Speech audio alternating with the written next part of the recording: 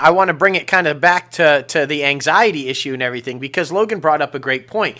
To be fearless and take chances in your career and say, hey, I'm going to do this or I'm going to do that. Because we talk about all the time about how this industry for sure is not linear. It's not like I'm going to do this and I just stay on that line and I go, right? It's you're going to go here, you're going to go there kind of a thing. So how does somebody that suffers from anxiety the way that you do, how does someone with anxiety at that nature be fearless? Like you're like, that doesn't even make sense to me. So how do you overcome it? Or I know you say you still suffer from it. So how do you make that decision to take the chances and go outside of the comfort zone knowing that you're going to be anxious about it?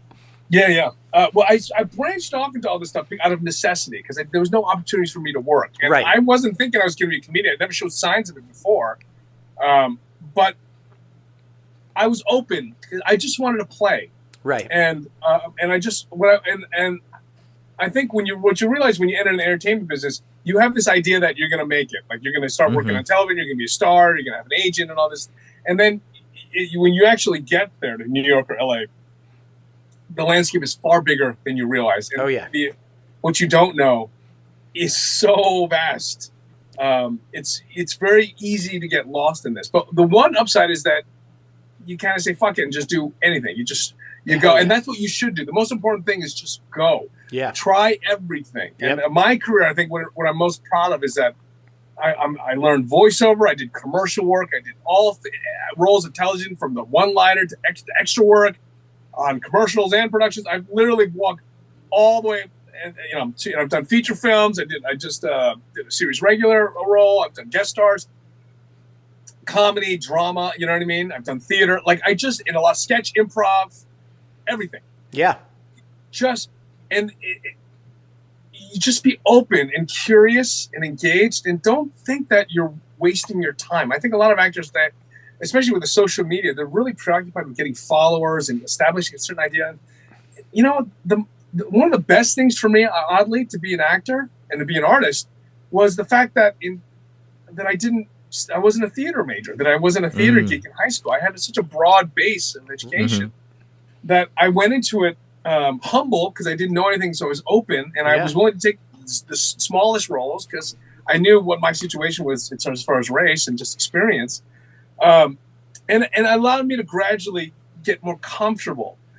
But what happened is, as I got more comfortable, as I advanced in my career and started to do bigger things, I started to become a little bit more self-conscious. And all of a sudden, I'd start looking down a little bit and realize I'm a little higher up than I was before. Okay. Yeah. And anxiety's, because my performative nature and skill was derived from a moment of terrible anxiety when I was a kid.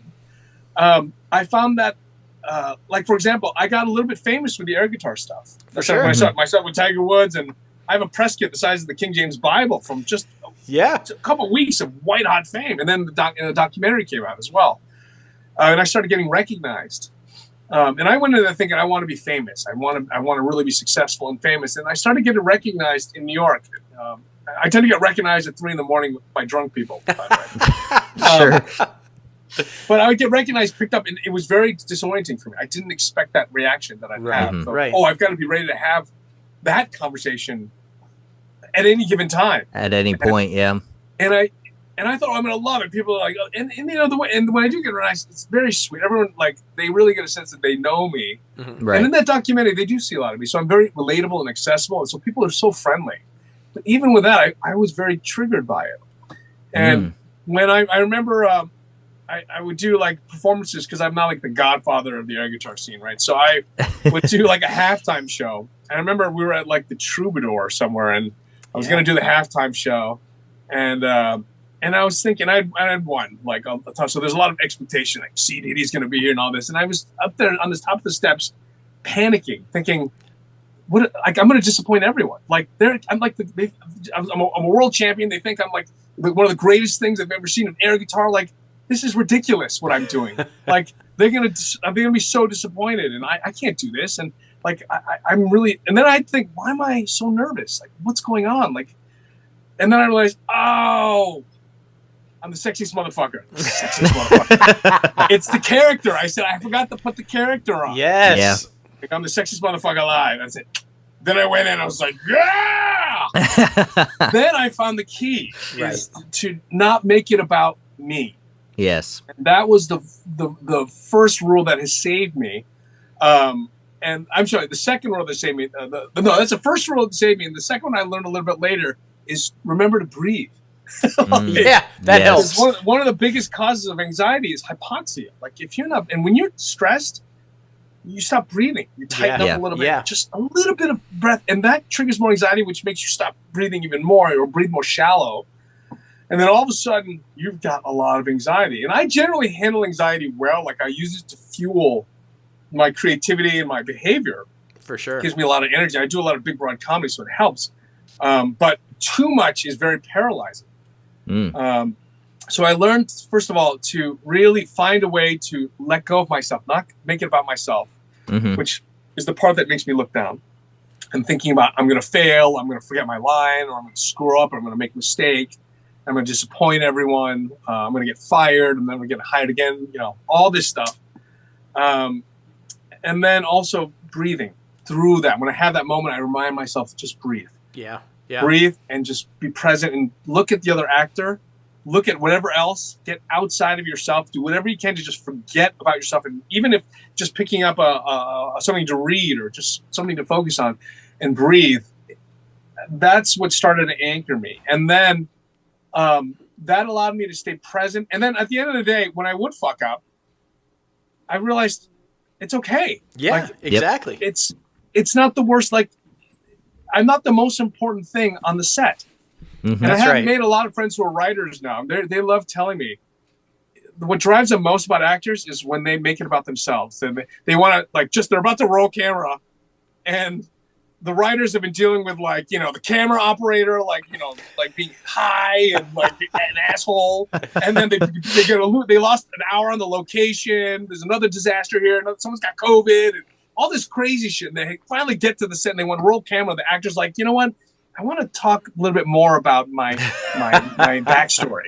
You know what I mean? Yeah, yeah. And it's fine to do that, but it's now you're making it about you because you're panicking most likely. And they can sense it. They're like, are you fucking kidding me? And they do panic. They melt down. What they appreciate most is get in there. Don't make it about yourself. Do your job. Trust that you can make a mistake and fail. They'll just do another take. Yeah. And breathe. Just be present. Be professional, and you'll be okay. And you learn that the hard way as an actor. Like you're so precious. I remember when I get the one-liner, like you're so precious about it. That wasn't gonna fuck up a one-liner. But you know, some actors that do, I'm sure you've interviewed them when they got that one line. Oh yeah, they just like start terrified. Yeah, the camera becomes a gun, right? They're just like, yeah, they can't even say their name. Right. I remember I was thinking, oh, I'm gonna just rock this. I got this one line that would come out, and this is for Ed Sheeran, one of my first jobs on Law and Order. I was an ER doctor. I was coming out of there, and I was gonna just like it was gonna be my ER moment. I was gonna like, we gotta get the panels and just charge it up. And I get out there, they go action. I'm just like, and it's like, Ed pulls me aside. God bless his heart, give me the biggest lesson. He goes, "Let me tell you something, kid. You're gonna be really good in this industry. Don't act. You don't need to act." That's right. And at first I thought, oh shit, I really suck. I'm going to get fired. But what he told me was the camera does so much work. The best thing you can do is be present. Yeah. Don't make it about yourself. Let us do 90% of the work. Yeah. And then what happens is that scene, a lot of that stuff that I did wasn't even in the final cut. So that's the lesson you learn afterwards. That all that you care about, 90% of what they shoot doesn't even come close to making it anyway.